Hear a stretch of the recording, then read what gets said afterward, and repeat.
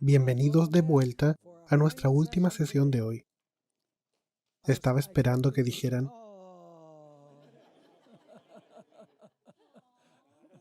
bien, gracias.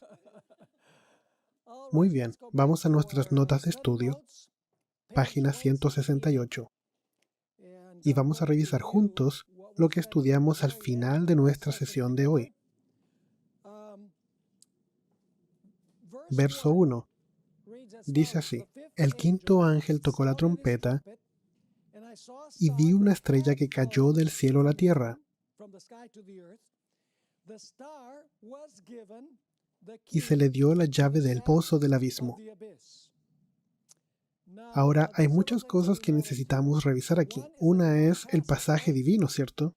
Dios está permitiendo que pase. En otras palabras, Dios está al control.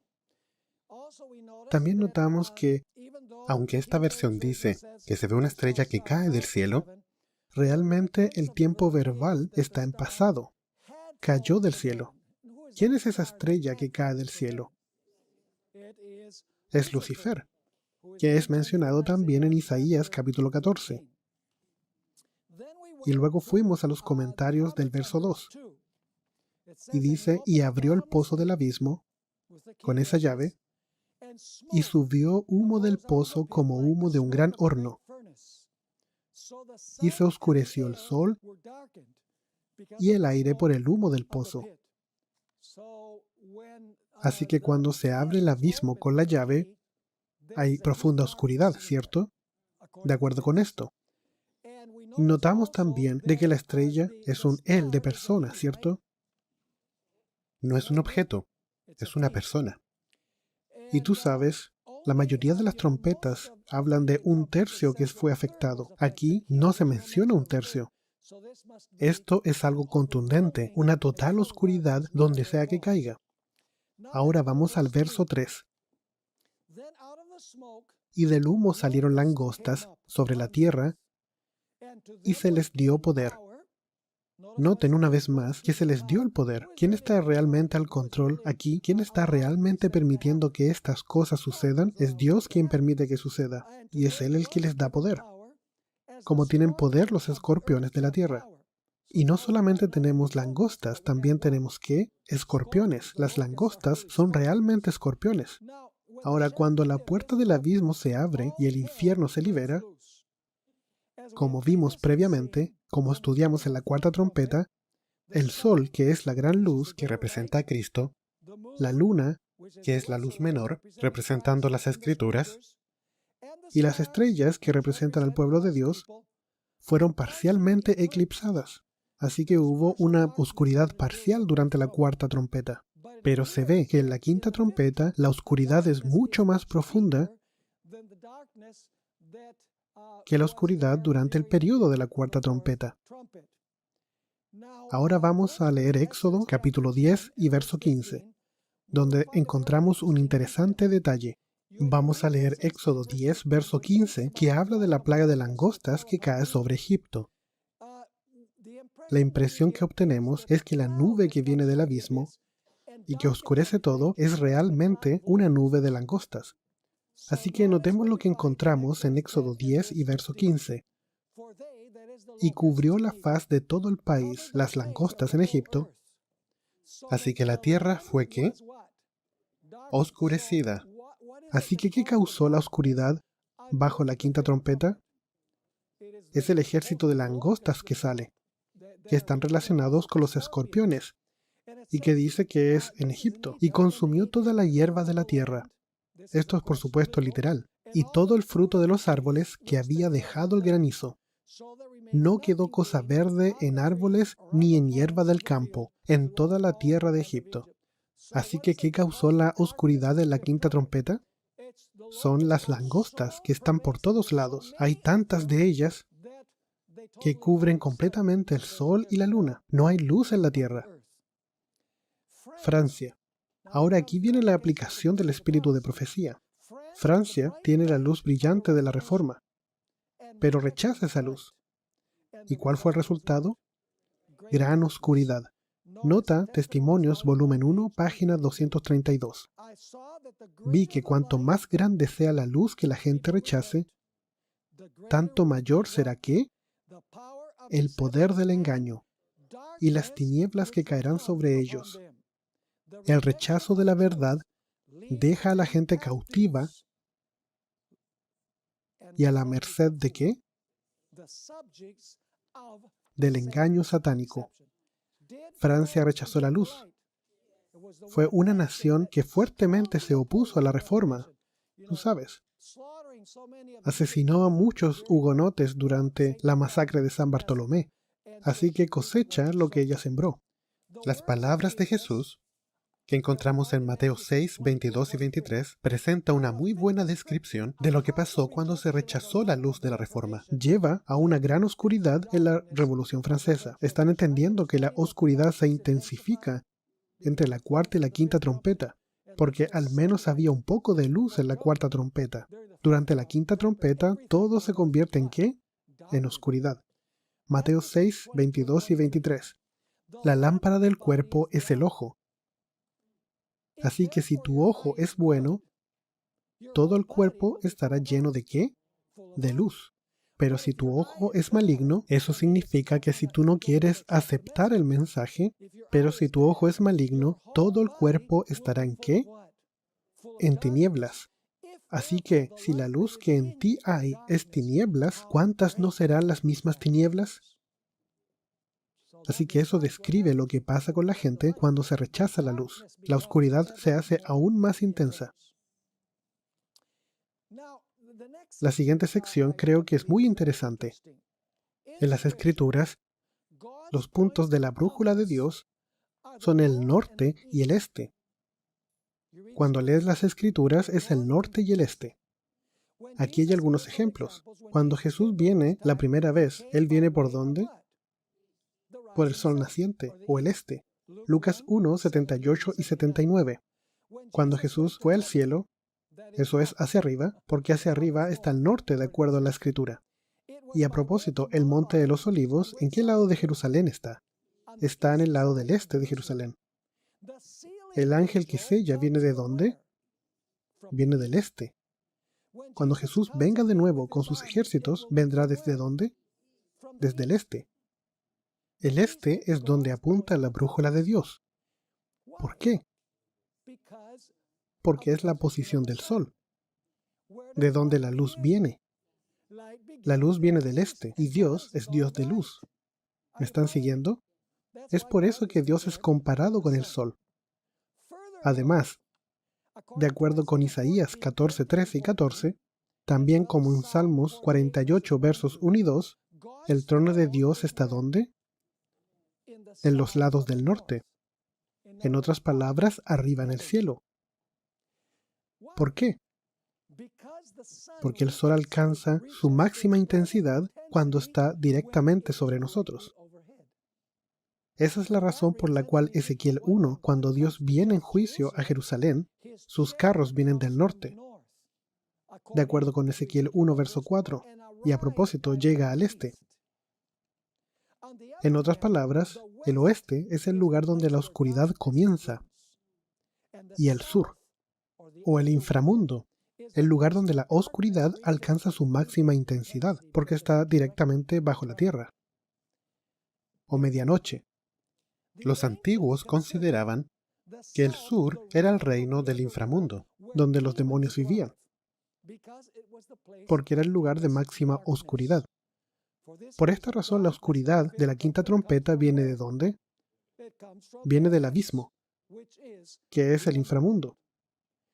Ahora vamos a Amós capítulo 8, verso 11 y 12 y notemos algo muy interesante, muy interesante. Amós es un libro de los profetas menores, por eso no es fácil de encontrar. Amós. ¿Dónde estás, Amós?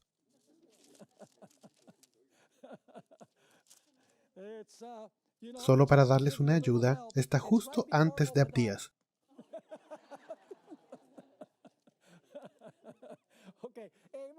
Ok, Amós 8, versos 11 y 12. Noten dónde la gente está buscando la palabra de Dios. ¿Van al oeste y al sur? No, no van al sur y al oeste. Verso 11 dice, He aquí vienen días, dice Jehová el Señor, en los cuales enviaré hambre a la tierra, no hambre de pan, ni sed de agua, sino de oír la palabra de Jehová. E irán errantes de mar a mar, desde el norte hasta el oriente, discurrirán buscando la palabra de Jehová y no la hallarán. Porque por supuesto, ¿qué ha pasado con la puerta de la gracia? La puerta de la gracia está cerrada. Ahora, Amós 8:11 y 12 nos dice que después del cierre de la gracia, la gente correrá del norte al este buscando la palabra de Dios. Porque la palabra de Dios es luz, ¿cierto? Lámpara es a mis pies tu palabra y lumbrera a mi camino. Los antiguos nunca hubieran pensado en ir al oeste o al sur porque son direcciones del reino de la oscuridad. La oscuridad comienza en el oeste, donde el sol se pone, y alcanza la máxima oscuridad cuando está directamente en el sur. Es por eso que Ellen White describe el periodo del dominio papal como la medianoche en el mundo, porque el sol está directamente en el sur, en el inframundo.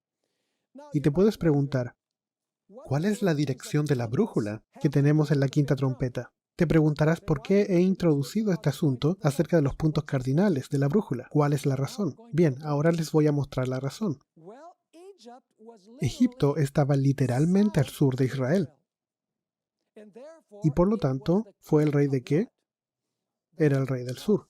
A propósito, si quieres una referencia para eso, puedes ir a Daniel 11, versos 8 y 9, donde Egipto es identificado como el rey del sur, porque Egipto está al sur de Israel. El rey del norte es Babilonia, porque Babel e Israel de hecho están al norte y el este, pero para llegar a Israel, ellos tienen que cruzar el desierto de Arabia y luego ir hacia arriba por el creciente fértil y bajar todo el Líbano hasta Jerusalén. Así que ellos vienen del norte, los babilonios vienen del norte. Así que Egipto literalmente estaba al sur de Israel, lo que significa que Egipto es el rey de ¿qué? Es el rey del sur, como notaremos también en nuestro estudio más adelante.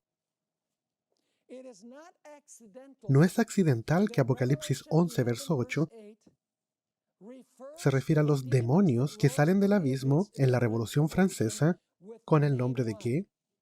Egipto. ¿Me están siguiendo o no? La oscuridad viene notoriamente de Egipto en el tiempo de la 10ª plaga, ¿cierto? Esta es evidencia persuasiva que hay una conexión entre la quinta trompeta y la Revolución Francesa descrita en Apocalipsis 11, versos del 7 al 10. Ahora también es significativo que Daniel 11, verso 40 describa al rey del sur levantándose y atacando al rey del norte, al principio del tiempo del fin. Vamos a Daniel capítulo 11 muy rápidamente. No tenemos tiempo realmente de ver este asunto de Daniel 11 en su completitud. Es algo que veremos probablemente mañana, cuando hablemos de Apocalipsis 10.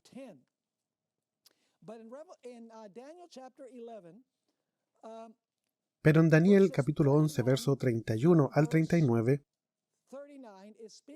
habla acerca del periodo de dominio papal. Está hablando de los 1260 años. Pero luego el verso 40 nos dice algo que pasa en el tiempo del fin. ¿Cuándo es el tiempo del fin? ¿Cuándo el tiempo del fin comienza? 1798. ¿Y qué evento sucede en 1798? Eso es cuando el Papa recibe ¿qué? Aquí es donde el Papa recibe la herida mortal. Francia, el rey del sur, ¿cierto? ¿Me están siguiendo? Ahora noten el tiempo del fin. El rey del sur lo atacará. ¿Francia atacó el papado? Sí. ¿Le quitó su poder civil que el papado solía tener? Sí, a eso se está refiriendo aquí. ¿Al tiempo en que el rey del sur lo atacaría? ¿Eso es al final? No. Tú lees los siguientes versos donde el rey del norte se recupera del ataque y básicamente conquista todo el mundo. Y como has visto en mis notas en Daniel 11, Este ataque del rey del sur en contra del rey del norte, a propósito, este es un falso rey del norte, ¿ok? Dios es el real rey del norte, porque su trono está en los lados del norte. Este es el hombre de pecado que quiere sentarse en el templo de Dios en la tierra, haciendo que la gente piense que Él es el rey del norte. Como nosotros hemos visto en nuestras notas de Daniel 11, este ataque del rey del sur en contra del rey del norte es una figura de la Revolución Francesa. Así, la quinta trompeta, Apocalipsis 11:7 al 10 y Daniel 10, verso 40, están todos describiendo el mismo evento histórico, la Revolución Francesa. ¿Están entendiendo este punto? Ahora, permítanme leer solamente la parte de las langostas. Las langostas no tienen compasión. Ellas acaban todo lo que está delante de ellas. Encuentro que hay una vívida descripción en la Enciclopedia Cato, volumen 2, página 263. Las langostas parecen devorar no tanto por un apetito voraz, como por una rabia por destruir. Así que ellas no son del tipo de, bien, tú sabes, vamos a comernos todas las hojas porque tenemos hambre. No, es una ira por destrucción. Destrucción y no hambre es la principal motivación de la devastación que hacen. En eso consiste lo que les da satisfacción. De hecho, ellas son omnívoras. ¿Tú sabes lo que significa omnívoro? Que comen todo y de todo. Las plantas más venenosas son indiferentes para ellas. Comen incluso de las plantas venenosas, que podrían espantar a cualquiera de los animales. Simplemente consumen de todo sin predilección. Materias vegetales, linos, lanas, seda, cuero. Y Plinio no exagera cuando dice fores quoque tectorum, que significa incluso las puertas de las casas, porque se sabe que consumen el mismo barniz de los muebles. Todo lo reducen indiscriminadamente a jirones que se convierten en estiércol. Eso te puede dar una imagen de la Revolución Francesa. Ellos son comparados con las langostas. Nota cómo Éxodo describe la destrucción devastadora causada por las langostas en Egipto. Tú sabes, esto corrobora lo que ya leímos en la enciclopedia. Ellos cubrieron toda la superficie de la tierra. Y así la tierra fue ¿qué? Oscurecida. Y ellos comieron toda la hierba de la tierra y del fruto de los árboles que el granizo había dejado. Así que no dejaron nada verde en los árboles ni en las plantas, ni a través de todo el campo de la tierra de Egipto. Esto se ajusta a la descripción de lo que pasó en la Revolución Francesa, cuando Satanás y sus ángeles fueron liberados para hacer su trabajo. Ahora Apocalipsis 9, verso 12, nos dice que esta nube de langostas tiene un rey, alguien que las lidera. ¿Cuál es el nombre de este rey? En hebreo Abadón y en griego Apolión. Ahora, las langostas normales, de acuerdo a aquellos que la han estudiado, dicen que no tienen rey sobre ellas. De hecho, la Biblia nos dice eso. Nota Proverbios capítulo 30, verso 27. Proverbios capítulo 30, verso 27. Nos muestra que las langostas no son langostas literales, son langostas bien raras. Nota Proverbios 30 y verso 27. Capítulo 30, verso 27 dice, las langostas que no tienen rey y salen todas por cuadrillas. Así que ellas son muy organizadas, ¿cierto? Pero no porque tienen un rey. Las langostas no tienen un rey sobre ellas. Así que esto debe ser ¿qué? Deben ser langostas sobrenaturales o inusuales. Vamos a saltarnos algunas páginas ahora. Tú puedes leer esto en tu tiempo libre. Leamos los párrafos del principio de la página 172. Algunos intérpretes han visto que esta plaga de langostas Es una descripción de la devastación causada por Mohammed y los musulmanes en Arabia. Sin embargo, en su comentario sobre el libro de Apocalipsis, Joseph Sayce escribió un comentario completo de Apocalipsis, y él no es adventista, pero es un buen comentario. Ahí provee una gran lista de razones de por qué esta interpretación no puede ser precisa. Necesitas leer estas 2 páginas para ver por qué esta trompeta en particular no se aplica a Mohammed ni a los musulmanes en Arabia. Vamos ahora a la página 174, porque el tiempo vuela. El Antiguo Testamento usa las langostas para describir los juicios de Dios en contra del pueblo que está en rebelión contra él. ¿Estuvo Francia en rebelión en contra de Dios? Sí. Así que Dios les envió langostas como castigo por su rebelión en contra de él. Estas langostas hacen un ruido como de fuego. ¿Has escuchado a las langostas haciendo su trabajo? Es como el ruido de la vegetación que se quema. Es por eso que esta metáfora de fuego está muy buena. Estas langostas hacen un ruido como de fuego, porque ellas vienen del abismo donde hay fuego. Ellas aparentan ser ¿qué? Como caballos listos para la batalla. Así que estas langostas van a venir a Francia, ¿y qué es lo que van a hacer? Van a devastar todo y, espiritualmente hablando, ellos van a devorar ¿como qué? Como leones, sin misericordia. ¿Quién es representado como un escorpión en la Biblia? Satanás y sus ángeles. Vamos a notar eso en algunos momentos. ¿Quién es representado como un león? No solo Satanás, pero también sus ángeles. Vamos a notar eso también. Estas langostas hacen un ruido como de fuego. Se ven como caballos listos para la batalla y devoran como leones. Este simbolismo bien bizarro describe el casi absoluto poder destructivo ¿de quién? De Satanás y sus ángeles en Francia durante la Revolución Francesa. Estas langostas son claramente ¿qué? Simbólicas, porque son una combinación híbrida de langostas y escorpiones. Y ellas no atacan la vegetación, ellas atacan personas, no plantas. Así que, obviamente, con respecto a estas langostas, no tenemos que buscar por un lugar donde de repente vayan a salir muchas langostas. No, esto es algo sobrenatural. Ellas no tienen rey.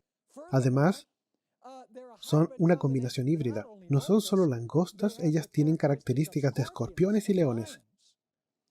Así que, y continúa diciendo aquí, ellas atacan a la gente y no las plantas. De acuerdo con Jesús, el escorpión representa ¿a quién? Satanás y sus ángeles, podemos decir. Vamos a Lucas capítulo 10, versos 18 y 19.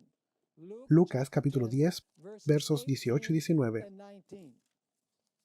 Así que dejemos que la Biblia se interprete a sí mismo, ¿cierto?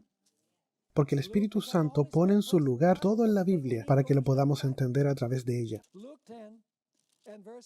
Lucas 10 y versos 18 y 19. Esto es cuando los 70 volvieron a Jesús y tenían poder incluso para echar demonios. Ellos dijeron, incluso los demonios nos obedecen. Y ahora fíjense, dice en el verso 17, volvieron los 70 con gozo, diciendo, Señor, aún los demonios se nos sujetan en tu nombre.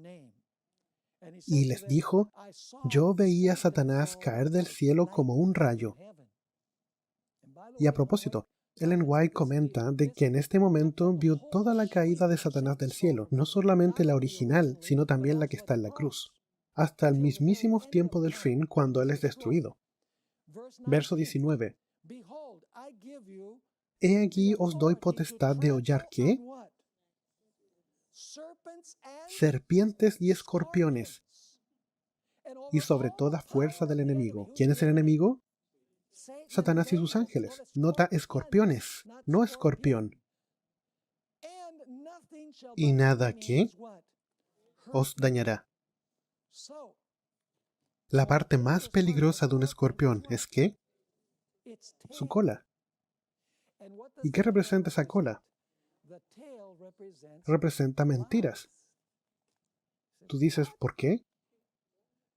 Bien, vamos primero a Apocalipsis capítulo 12. ¿No es hermoso interpretar la Biblia utilizando la Biblia? Tú sabes, hace el estudio tan sencillo. Es mucho más fácil. Apocalipsis 12 y leamos el verso 9. 12 y verso 9.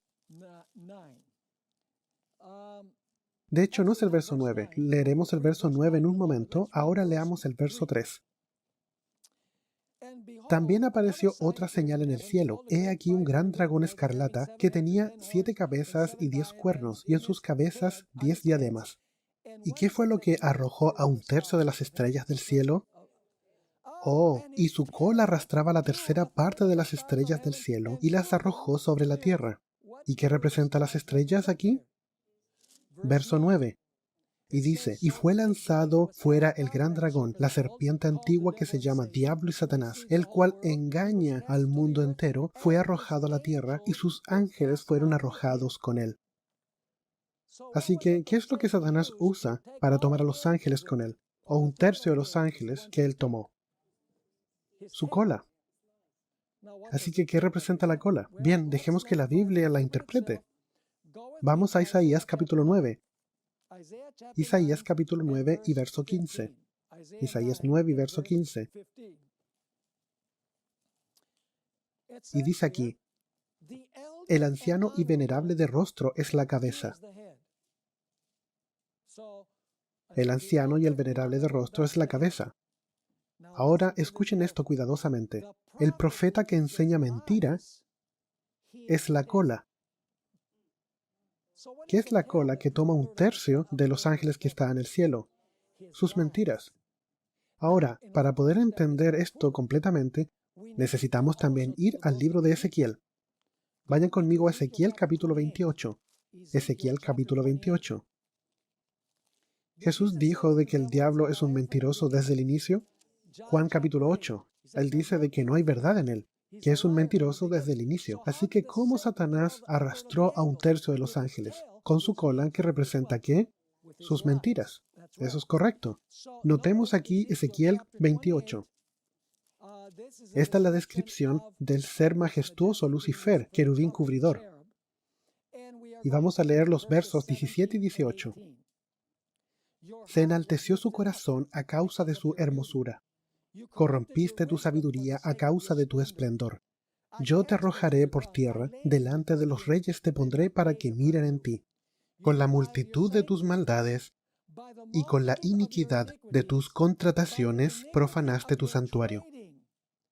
Yo pues saqué fuego de en medio de ti, el cual te consumió. La palabra aquí, maldades, es muy interesante. La raíz de la palabra tiene que ver con transacción comercial. Así que, ¿qué hizo Lucifer? Él comerció, él vendió. ¿Y qué vendió? Él vendió mentiras. ¿Alguna vez has escuchado la expresión, no te compro eso? ¿Tú no puedes venderme eso? ¿Y qué es lo que está vendiendo Satanás? Mentiras. A propósito, la raíz de esta palabra es usada también en el libro de Levíticos, capítulo 19, verso 16. Levíticos 19, verso 16. Es la misma raíz de la palabra que se usa ahí. Dice ahí Levíticos 19, 16, Dios está advirtiendo a los israelitas, no andarás chismeando entre tu pueblo. Es la misma raíz de esa palabra. Así que eso es lo que Satanás está vendiendo a los ángeles en el cielo. Sus mentiras. Su cola arroja a un tercio de los ángeles con sus mentiras. Y luego dice, no atentarás contra la vida de tu prójimo, yo Jehová. Nota también Ezequiel capítulo 22. Ezequiel capítulo 22. Y leeremos el verso 9. Aquí la misma palabra se usa. Capítulo 22 y verso 9. Y dice, calumniadores hubo en ti. ¿Para qué? Para derramar sangre. La palabra calumniador aquí tiene la misma raíz. Así que, ¿qué hizo el diablo? Él tenía una cola y era un calumniador, un mentiroso desde el principio. Él le mintió a los ángeles y eso es lo que permitió ¿qué? tomar a un tercio de los ángeles, que es casi la mitad de acuerdo al espíritu de profecía, desde el cielo, y se los robó al Señor. Así que, en resumen, estamos a la mitad de la página 174. Este ejército tiene todas las características bíblicas que se le aplican a Satanás y a sus ángeles: escorpiones, serpientes, leones, langostas, azufre, el fondo del abismo. Todos esos en Apocalipsis están relacionados con Satanás y sus ángeles. Ahora, ¿hay alguna manifestación especial del poder satánico durante la quinta trompeta? Absolutamente. Notemos los comentarios de Apocalipsis 9, verso 4. Se les ordenó que no dañaran el pasto de la tierra ni nada verde. Ahora, esto es un poco raro. ¿Qué es lo que comen las langostas? Comen vegetación, ¿cierto? Ese es su plato principal. Luego tienen el barniz de las puertas como postre. Así que, tú sabes, se dice que no dañen el pasto de la tierra, ni nada verde, ni ningún árbol. Pero, solamente aquellos hombres que no tienen el sello de Dios en sus frentes. Así que, ¿qué representaría lo verde, el pasto verde? ¿Y los árboles? Representa a aquellos que tienen ¿qué? Aquellos que tienen el sello. ¿Están conmigo o no? En este caso, el árbol representa a los justos. A propósito, el pueblo de Dios se compara a los árboles. Leamos un par de declaraciones. Salmo 1, versos 1 al 3. Probablemente lo tienen memorizado. Salmo 1, versos del 1 al 3. Habla acerca de un árbol, compara a los justos con un árbol. Y dice ahí Salmo 1, verso 1. Bienaventurado el varón que no anduvo en consejo de malos, ni estuvo en camino de pecadores, ni en silla de escarnecedores se ha sentado, sino que en la ley de Jehová está su delicia, y en su ley medita de día y de noche. Esa es una persona justa, ¿cierto? ¿Será como qué? Árbol plantado junto a corrientes de aguas, que da su fruto a su tiempo, y su hoja no cae, y todo lo que hace prosperará. ¿Me están siguiendo? Notemos también Salmo 92, verso 12. Salmo 92, verso 12. Dice ahí en Salmo 92, verso 12, una vez más, comparando al hombre justo con un árbol. Lo siguiente. Salmo 92, verso 12 dice, el justo florecerá como ¿qué? Como la palmera, crecerá como cedro en el Líbano. Y así a estas langostas no se les da permiso para que toquen a estos hombres justos. ¿Se les da permiso solo de afligir a quién? Aquellos que no tienen el sello de Dios en sus frentes. Así que la pregunta es, ¿cómo el quinto sello va a estar hablando del sello en la frente? La quinta trompeta está hablando acerca de un sello en la frente. Pero el sellamiento no ocurre hasta la sexta trompeta, porque vamos a ver de que el sellamiento en las frentes toma lugar bajo la sexta trompeta. Así que parece haber una discrepancia aquí con respecto a la pregunta que nos habíamos hecho. Bien, de hecho, la Biblia y el espíritu de profecía nos dice que cuando una persona acepta a Jesucristo como su Salvador, él recibe un sello. Es el sello del Evangelio. Y no es el sello del tiempo del fin, que sellará a los 144,000 santos que estén vivos y que pasarán por el tiempo de angustia. Ese es el sello final de protección. Pero también hay otro sello para la gente que recibe y acepta a Jesucristo como su Salvador y Señor. Leamos algunos versos. Efesios capítulo 1. Efesios capítulo 1, y leeremos los versos 13 y 14. Dejemos que la Biblia hable primero. Efesios capítulo 1 y versos 13 y 14. Aquí el apóstol Pablo escribe, en él también vosotros, habiendo oído la palabra de verdad, el evangelio de vuestra salvación, y habiendo creído en él, fuisteis ¿qué? Fuisteis sellados con el Espíritu Santo de la promesa. Así que los efesios, ¿fueron sellados cuando ellos recibieron a Jesucristo? Absolutamente. Veamos otro texto de Pablo aquí, capítulo 4 y verso 30. Efesios 4, verso 30. Y no contristéis el Espíritu Santo de Dios, con el cual fuisteis, ¿qué? Fuisteis sellados para el día de la redención. Noten también 2 de Corintios 1, verso 22. 2 de Corintios, capítulo 1, verso 22. Una vez más, el sello del Evangelio. Y dice ahí en el verso 22, leamos primero el verso 21. Y el que nos confirma con vosotros en Cristo, y el que nos ungió es Dios, el cual también nos ha, ¿qué? Sellado, y nos ha dado las arras del Espíritu en nuestros corazones. Así que los creyentes reciben el sello cuando ellos aceptan a Jesucristo como su Salvador y Señor. Absolutamente. Ese es el sello que se describe aquí. Aquellos que son verdaderos creyentes en Jesús. Ahora, Ellen White también lo menciona. Ellen White, en Mensajes Selectos, volumen 2, página 263, le escribe al hermano Hastings, cuya esposa falleció en el año 1850. Y Ellen White lo conforta al hermano Hastings y le dice esto en el año 1850, y le dice que la hermana Hastings fue sellada.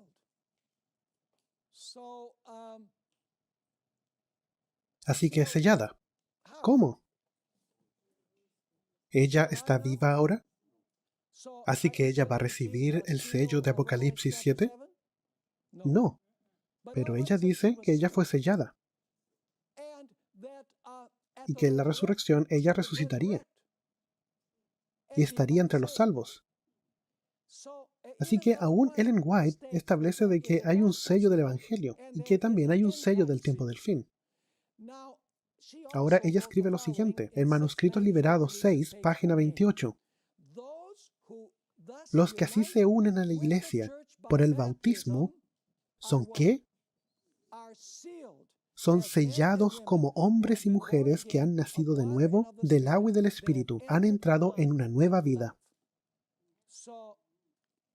Así que no tenemos que confundirnos entre el sello del Evangelio y el sellamiento final o escatológico o del tiempo del fin. Ahora vamos a Apocalipsis 9, verso 5. Y les fue dado no que los matasen, sino que los atormentasen 5 meses. Y su tormento era como tormento de escorpión cuando hiera al hombre. Aquí hay un interesante detalle. Escorpiones rara vez matan a un humano. Los pican. Pero sí les causan un terrible dolor por el veneno, ardor, sufrimiento, incluso al punto de que la gente le gustaría morir. Aplicando el principio día por año, los 5 meses deberían equivaler a 150 años. Lo que es llamativo es la era de la razón. ¿Has escuchado hablar de la era de la razón o de la iluminación que comenzó al principio del siglo XVII? Con el trabajo de un individuo llamado René Descartes. ¿De qué país era René Descartes? De Francia, eso es correcto. Y un contemporáneo de él, Blaise Pascal, escribió lo siguiente acerca de René Descartes. El racionalista: no puedo perdonar a Descartes. En toda su filosofía hizo todo lo posible por prescindir de Dios. ¿Eso es ateísmo? Pero no pudo evitar que él pusiera el mundo en movimiento con un movimiento de su pulgar. Después de eso, ya no tendría necesidad de Dios, ni de milagros, ni de nada sobrenatural. El libro más famoso de Descartes se llamó Discurso del Método, publicado en 1637, unos 150 años antes de comenzar la Revolución Francesa. La era de la razón. Desechó la necesidad de la fe y lo milagroso de la religión. Suplantó la fe en Dios con la fe en la sabiduría humana. Durante este periodo, las ciencias llegarían a creer que todo podría resolverse a través del ingenio humano, sin la necesidad de un Dios siempre entrometido. En particular, estas filosofías no matarían a las personas, pero las harían ¿qué? Existencialmente miserables. La edad de la razón inspiró la Revolución Francesa. Ahora vamos a nuestro siguiente verso, que está conectado con el concepto del verso 5. Y en aquellos días los hombres buscarán ¿qué? La muerte, pero no la hallarán, y ansiarán morir, pero la muerte huirá de ellos. ¿Eso es lo que pasa con una persona que no cree en Dios? ¿Alguien que no tiene esperanza por el futuro? ¿Que no tiene razón para vivir? Absolutamente. Noten la declaración de Ellen White, que ya leímos antes, creo que la leímos esta mañana. El ateísmo no puede arrojar ningún rayo de luz ¿a qué? A la tumba. No puede frenar el crimen ni avivar las energías morales. No tiene poder para elevar el carácter o purificar el alma. Por el contrario, tiende siempre a degenerar el género humano. ¿Eso es lo que pasó con Francia? Sí. Aleja de la pureza y la paz. Un ejemplo de esto se da en la historia de la Revolución Francesa. Ahora ella va a aplicar esto a la Revolución Francesa. Ese periodo, cuando se negó la existencia de Dios y se abolieron sus mandamientos, fue el más repugnante que se registra en las páginas de la historia humana. La característica principal de la sociedad contemporánea es que carece de sentido. Tú sabes que la tasa de suicidio crece cada año. ¿Por qué? Porque la vida pierde sentido para la gente. Eso es porque la gente está hambrienta y sedienta ¿de qué? De espiritualidad. Están buscando por ella. Pero en los lugares equivocados, ¿cierto? Están buscando por una razón para vivir. El surgimiento de las filosofías como el deísmo, el relativismo ético, el nihilismo, el racionalismo, el existencialismo, el evolucionismo y el comunismo ateo ha llevado a las personas a ser pesimistas sobre el significado de la vida. Después de todo, si no hubo un comienzo divino sobrenatural, ¿qué esperanza hay de un final divino sobrenatural? Si no hay Dios creador, no hay futuro. Y si no hay futuro, entonces la vida no tiene sentido último. Esta es la razón por la que el salmista dice que el necio dice en su corazón que no hay Dios. ¿Están viendo la imagen? La gente desea morir.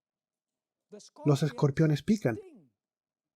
Ellos causan dolor en la piel y sufrimiento, espiritualmente hablando. Ahora noten esta declaración de Ellen White. Aquí dice en TDG, seguro que es Today with God, página 339. Los seres humanos podemos crucificar de nuevo al Señor de muchas maneras y someterlo a oprobio.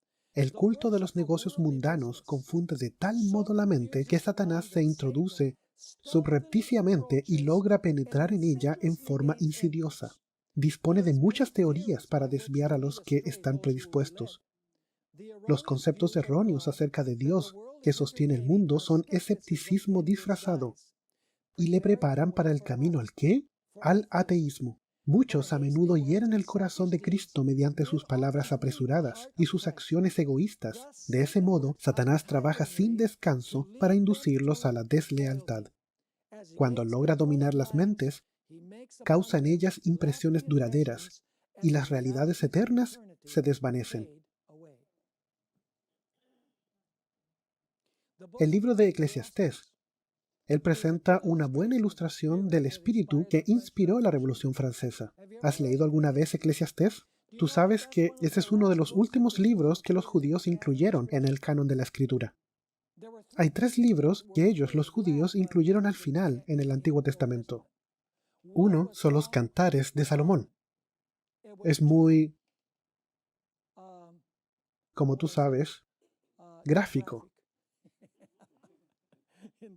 en términos del amor sensual.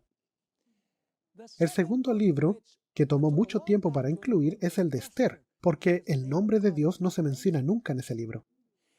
Y el tercer libro es Eclesiastés, por ser un libro extremadamente pesimista. Vanidad de vanidades. Todo es vanidad.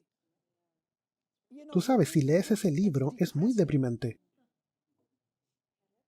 La pregunta es ¿por qué este libro es incluido en la Escritura? Porque Salomón está describiendo su vida cuando él estuvo alejado de Dios. Lo importante de este libro no es el pesimismo que está ahí, sino cómo termina el libro. El libro termina diciendo esto: teme a Dios y guarda sus mandamientos, porque este es todo el deber del hombre, y Dios traerá toda obra a juicio. Y luego él aconseja a los jóvenes. Él dice: acuérdate de tu Creador en los días de tu juventud, antes que vengan los días malos, y mires atrás y digas: no tengo en ellos contentamiento. Él describe su vida alejada de Dios. Y tú sabes de que Salomón, Ellen White dice que él jugó con la idea del ateísmo y de convertirse en ateo. Nota lo que encontramos al principio de la página 177. Eclesiastés 2, 17 y 18. Y estoy leyendo de la Nueva Versión Internacional, que creo que es un poco más vívida. Salomón dice: ¿aborrecí qué? ¿Él quería morir? Sí. ¿Él estaba sufriendo? Yo creo que sí. De hecho, Ellen White dice que él se hizo afeminado. ¿Tú sabes lo que afeminado significa? Que se comportaba como mujer. Ahora, no tiene nada malo eso, a menos que sea su nombre.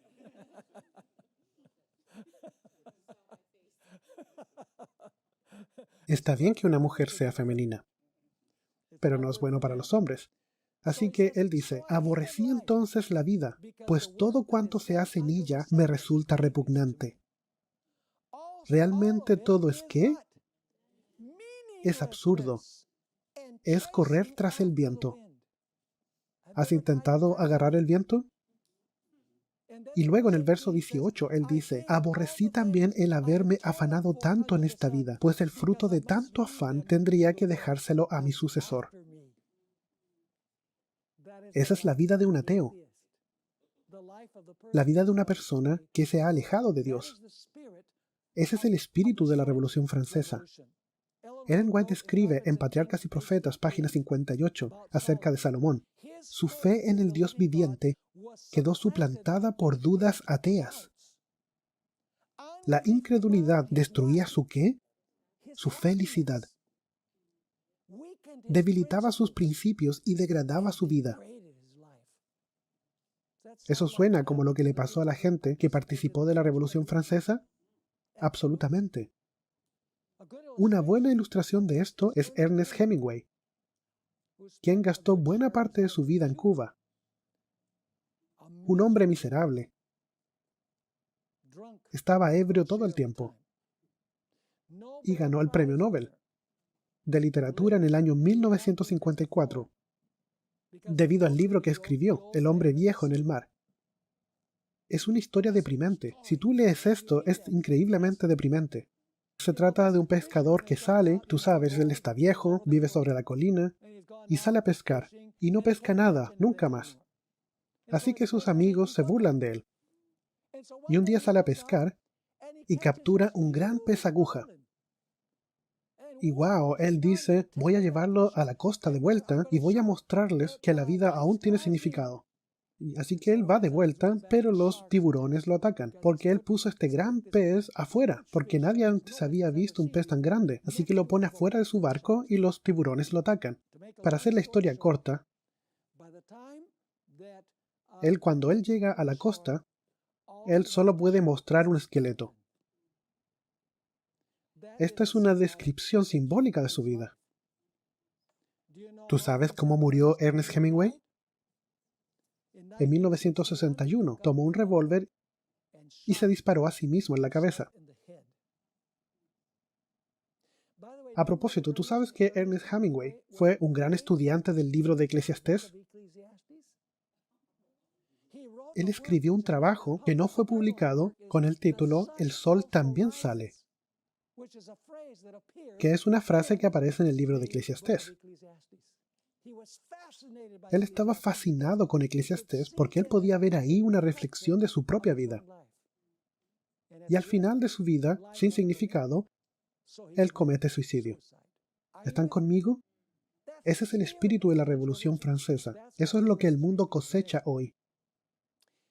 Ahora leamos las declaraciones aquí en la mitad de la página 177. ¿Has escuchado hablar de Hume el filósofo?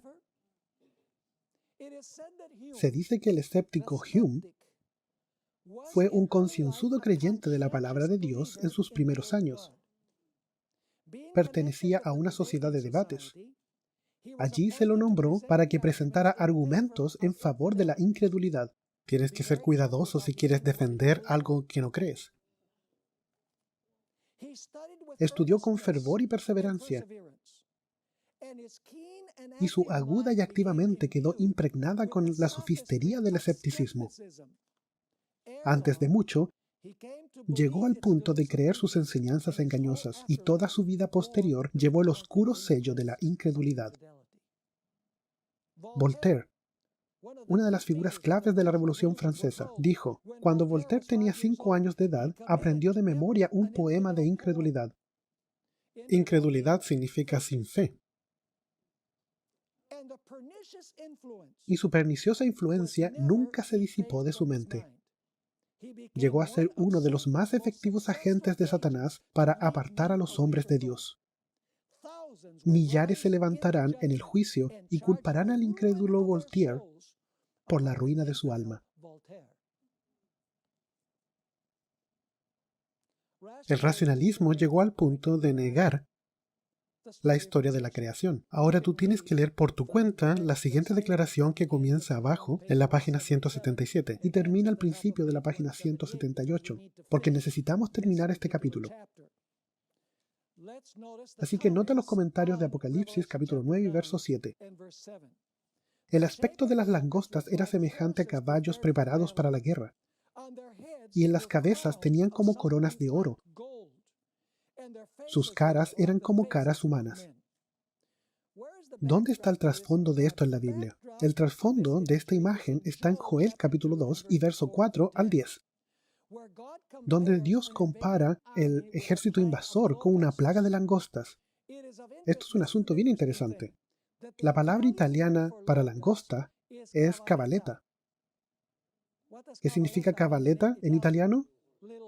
Pequeño caballo. Interesante, la langosta está relacionada con los caballos. De hecho, aparentan ser como un pequeño caballo. Y los campesinos alemanes llaman a las langostas Kupfpferd, que significa caballos de heno. En este punto, Satanás y sus ángeles están uniendo sus fuerzas ¿para qué? Para la batalla final en contra de Dios,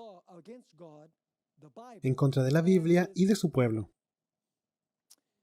Su cabello es como cabello de mujer, y sus dientes como dientes de león, y sus corazas como corazas de hierro. El sonido de sus alas, ellos vuelan, es como el trueno ¿de qué? De muchos caballos y de carros yendo a la batalla. ¿Ellos estaban listos para ir a Francia y hacer su trabajo? Sí. Ellos tienen colas y pican como escorpiones. Y en sus colas ellos tienen ¿qué? Poder para atormentar a la gente por 5 meses. Así que déjame preguntarte, ¿ellos vivían para atormentar a la gente? ¿La doctrina de la Revolución Francesa? Absolutamente. ¿Qué representa el león? Dice que ellos tenían dientes como de león. ¿Qué representa el león en la Biblia? Bien, puede representar a Cristo, puede también representar a Babilonia, puede representar a Judá, al hijo de Jacob, pero también representa a quién? A Satanás, que ruge como león buscando a quién devorar. Pero sus ángeles también son comparados con leones. Nota esta declaración de Primeros Escritos, página 191. Satanás, esto es después que Jesús ganó la victoria sobre Satanás ascendiendo al cielo. Les dijo Satanás a sus ángeles que Jesús había conferido a sus discípulos la potestad de reprenderlos y expulsarlos, y de sanar a cuantos afligieran. Entonces los ángeles de Satanás salieron como ¿qué? Leones rugientes a procurar la destrucción de los seguidores de Jesús. En la Escritura, como mencioné, las colas representan mentiras. Es significativo que durante los 1260 años, Satanás engañó a las personas a través de la mentira ¿de qué? De la falsa religión. Pero durante la edad de la razón, Satanás engañó e hirió a la gente por las mentiras ¿de qué? Del secularismo o ateísmo. Y aquí viene una parte interesante. Déjame preguntarte, ¿quién va a ser el mayor enemigo del pueblo de Dios? ¿Los liberales o los conservadores? Bien, depende de qué lado apoyas tú. ¿Joe Biden o Donald Trump? No, de hecho, ¿quiénes eran los liberales en el tiempo de Cristo? Los liberales eran los saduceos. ¿Y quiénes eran los conservadores? Los fariseos. Se odiaban mutuamente y tenían diferentes doctrinas. Pero cuando fue necesario destruir al enemigo público número uno, ellos unieron sus fuerzas. Ahora no nos queremos involucrar políticamente y decir que tú necesitas estar del lado de los conservadores o que necesitamos tomar el lado de los liberales, porque la Biblia nos dice que el rey del sur y el rey del norte van a unir sus fuerzas para perseguir al pueblo de Dios. Un comentario final. Apocalipsis 9, verso 11. El rey que gobierna sobre las langostas es el ángel del abismo, quien es identificado en la Biblia con el abismo. Satanás. En Apocalipsis 20, ¿cierto? Es puesto en el abismo, en el fondo del abismo. Así que es el rey que gobierna sobre las langostas, sobre ese ejército. Luego va a ser liberado en Francia en la quinta trompeta. Y su nombre en hebreo es Abadón, y en griego, el equivalente en griego, Apolión. El nombre Abadón y Apolión significa ¿qué? Destructor. Y eso es exactamente lo que ocurre en la Revolución Francesa. Oh sí, absolutamente. El Nuevo Testamento describe a Satanás como el gobernador o el príncipe de los demonios. ¿No es eso cierto? Así que ¿quién va a liderar esta hueste? Satanás. Y Jesús se refiere a él como ¿qué? Como el destructor. En Juan 10 y verso 10, que es un verso que estudiaremos al final de esta tarde. Juan 10, verso 10. Jesús dice lo siguiente: el ladrón no viene sino para hurtar, matar y ¿qué? Y destruir. Pero Jesús vino ¿a qué? Yo he venido para que tengan vida y para que la tengan en abundancia. Mañana estudiaremos el interludio de Apocalipsis 11. Y luego, quizás mañana, estudiaremos Apocalipsis 10, que es también parte de ese interludio.